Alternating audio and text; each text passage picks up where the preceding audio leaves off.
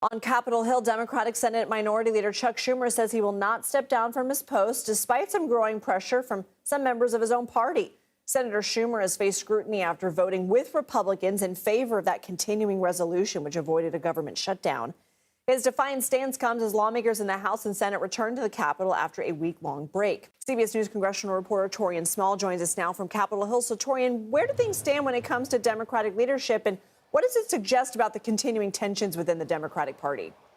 Yeah, it's clear that Schumer said he's unwilling to budge, especially after he's gone on this response tour of sorts, doing the rounds on media to defend his decision to make an about-face on that continuing resolution. He says he understands that Democrats are torn about his decision, but he thinks he's the best leader moving forward. What we're likely to see happen this week are continued conversations with members in his conference who have long-standing issues with that decision, but also might have questions about his leadership. While we've heard quite a few members in the House, like Representative Glenn Ivey of Maryland, come out and say that it's time for new leadership on that side of the Capitol, there have not been any direct calls for Schumer to step down from Democrats in the Senate. So as he looks to quell concerns, we know quite a few congressional progressive members of Congress will have some questions for Schumer as well.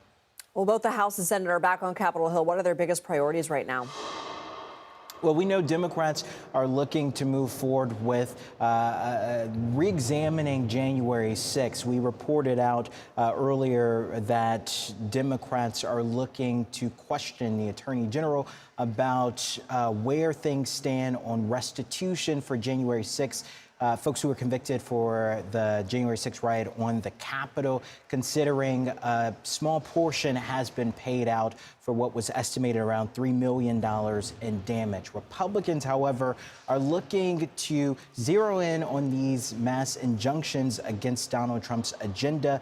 Namely, Representative Brandon Gill of Texas said that he'll be filing articles of impeachment against a judge that blocked Trump's deportation plan. We now know that the chairman of the House Judiciary Committee, that's, Jim Jordan of Ohio, says that he's looking forward to legislation that would also narrow the power of federal judges when it comes to these injunctions as well. Lindsay. Taurean Small, thank you.